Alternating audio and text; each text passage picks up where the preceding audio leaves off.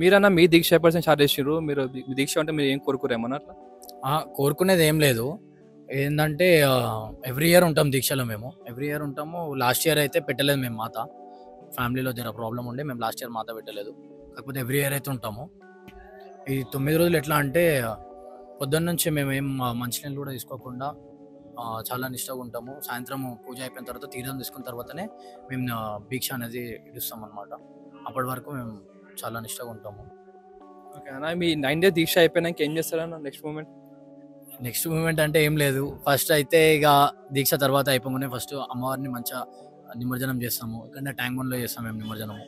నిమజ్జనం చేసి వచ్చిన తర్వాత ఇక ఈ 9 రోజులు ఉండేంత ఇక తర్వాత ఏవైతే తినలేదో అవి తింటాము ఫస్ట్ మెయిన్. దాని తర్వాత ఇంకా ఇట్లానే పాటించడానికి ట్రై చేస్తుంటాం మేము. ఎట్లా నిష్టగా ఉండేనో ఇక రెగ్యులర్గా టెంపుల్కి వెళ్ళడం కానీ అట్లాంటిది ఏదో ఉన్నా కొంచెం అమ్మవారి దీవెనలు ఉండాలని చెప్పి ఉంటాం అన్నమాట.